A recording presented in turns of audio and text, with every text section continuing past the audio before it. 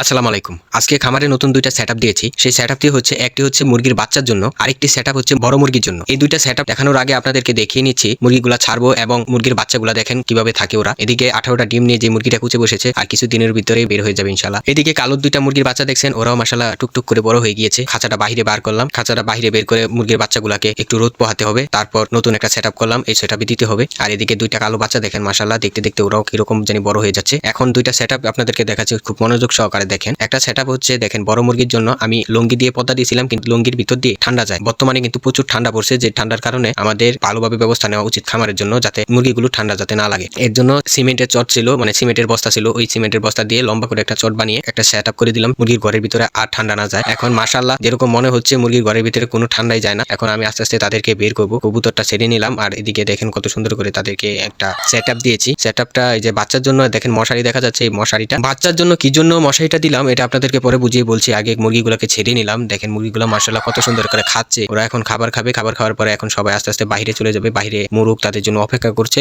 তারপর কিছুক্ষণ পর থেকে ডিম পাড়ার জন্য বাড়িতে ফিরে আসবে। ওরা খাবার দেওয়া আছে, ওরা খাবার খাচ্ছে, দেখা যাক কি হয়। আর এদিকে দেখেন মাশাআল্লাহ আমাদের এখানে আপনাদের চোখে পড়ে কিনা গলাচিলা ২ টা মুরগি আছে। তো গলাচিলা ২ টা মুরগি আমি মূলত শখ করে কিনেছি। এই যে আরেকটা দেখেন ঘরের ভিতর বন্দি, ও আর বাইরেতেই চায় না। ও মনে করছে যে এখনো দরজা খুলিনি, ও এখানে বসে আছে। আর কিছুদিনের মধ্যে আশা করছি ওরাও ডিমে চলে আসবে। মাশাআল্লাহ একটু ভালোই অ্যাডাল্ট হয়ে যাচ্ছে। অ্যাডাল্টের বয়স অলরেডি হয়ে গেছে। অ্যাডাল্ট ডিমে আসতে ওদের একটু সমস্যা হবে। আর এদিকে দেখেন খোপটার ভিতরে আমি কি করছি, সুন্দর করে খোপের ভিতরে ছালা দিয়ে দিয়েছি, চট দিয়ে দিয়েছি, যাতে মুরগিটা ডিম পারলে মুরগিটা ডিম নষ্ট না করতে পারে। কারণ এখানে এই খোপের ভিতরে গিয়ে ৩টা ডিম পারছে। ৩টা ডিম পারার পরে ২টা ডিম ভাঙে গেছে এই কাঠের কারণে, একটু উপর থেকে পড়ছে তো সোজা হয়ে তখন ফাইটে গেছে ডিমটা, এই জন্য ছালা দিয়ে দিচ্ছে। আর এদিকে দেখেন মাশাআল্লাহ কত সুন্দর ৪টা বাচ্চা নিয়ে ওরা বসে আছে। তো সবাই মাশাআল্লাহ বলবেন, কারণ আমি এটা আশা করেছিলাম না যে ৪টা বাচ্চা ফুটাবে বা ৪টা বাচ্চা খাওয়াতে পারবে, কিন্তু মাশাআল্লাহ ওরা ৪টা বাচ্চা সুন্দর করে মেনটেন করতে পারছে। তাদের কোনো সমস্যা হচ্ছে না। একটু সমস্যা তো হবেই, তাদের খাওয়ানোটা কষ্ট হয়ে যাচ্ছে, কিন্তু আমি কি করছি ওদের যেন খাবার না খুঁজতে হয়, এই জন্য সাইডে আমি খাবার দিয়ে রাখছি। আচ্ছা, এটা আপনাদেরকে পরবর্তীতে দেখাবো ইনশাআল্লাহ। দেখেন এদিকে আছে মুরগিগুলা যেগুলা খাবার খাচ্ছে। এই যে এই মুরগিগুলা কিন্তু আমাদের খামারের একটা লক্ষ্যে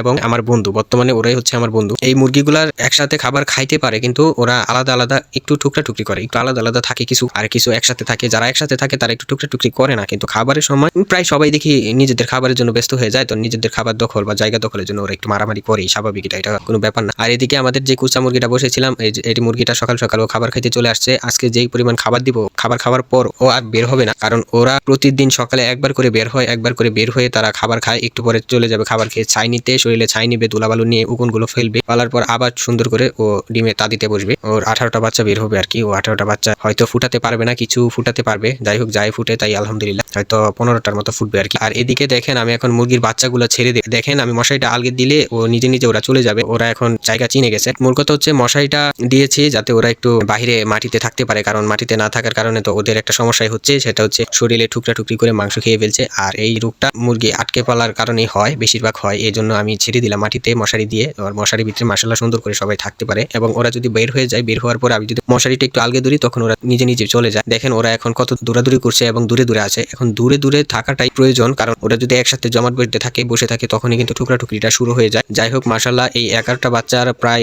1 মাসের একটু বেশি হয়ে গেছে। তো ওদেরকে খাবার দিয়েছি, খাবার খাবে। খাবার খাওয়ার পর ওরা এখন ধুলাবালি নিয়ে খেলবে, মাটি ঠুকরাবে, মাটি দুলা নেবে। গত 2টা ভিডিওতে দেখাইছিলাম যে মুরগির বাচ্চা নিয়ে যে একটা সমস্যায় ছিলাম, সেটা হচ্ছে টুকরা টুকরি করা, মাংস খেয়ে ফেলা, পাখনা খেয়ে ফেলা। এই সমস্যাটা নিয়ে ভুগছিলাম আমি। এই সমস্যাটার সমাধান পেয়েছি আলহামদুলিল্লাহ। এই সমস্যার সমাধানটা আমি পরবর্তীতে আপনাদেরকে বলবো, কারণ এক্সপেরিমেন্ট করার পর, এক্সপেরিমেন্টের ফলটা পাওয়ার পর যদি আপনাদেরকে আমি বলি, তখনই আশা করি উপকার হবে, আপনাদের উপকার হবে, আমারও উপকার হবে। আপনাদের মন থেকে আমার জন্য দোয়া আসবে ইনশাআল্লাহ। আমি মূলত বলে দিই 2টা জিনিস হচ্ছে, এক হচ্ছে মাটিতে সারলাম, আরেক হচ্ছে ঠোঁটটা ছেঁক দিয়ে দিলাম। এই 2টা জিনিসই বর্তমানে করলাম। এবং পিছনে যে 18টা বাচ্চা নিয়ে বের হবে, মানে 18টা ডিম নিয়ে যে মুরগিটা বসে, ও যখন বাচ্চাটা নিয়ে বের হবে, তখন থেকে প্রথম দিন থেকে আপনাদেরকে আমি যত পরিচর্যা আছে এবং ওই বাচ্চাগুলো কিরকম ভাবে আমি যত্ন নিচ্ছি, কি কি করলে ওদের এই টুকরা টুকরা অভ্যাসটা হবে না, কি কি করতে হবে, কতদিন কি করতে হবে, কি কি খাওয়াতে হবে, ওষুধ কি কি খাওয়াতে হবে, সম্পূর্ণ ডিটেলসে ভিডিও আসবে ইনশাআল্লাহ। ও আগে বাচ্চা ফুটাক, বাচ্চা ফুটানোর পরে আমি ভিডিও দেবো। এখন আমি বর্তমানে এটা দিয়ে আপনাদেরকে বুঝাচ্ছি এবং নিজেও শিখছি। তো আমি যদি ওইটা দিয়ে শুরু করি প্রথম দিন থেকে, মানে আপনাদের বুঝতে খুব সহজ হয়ে যাবে। যারা খাঁচায় পালন করেন তাদের আর সমস্যা হবে না।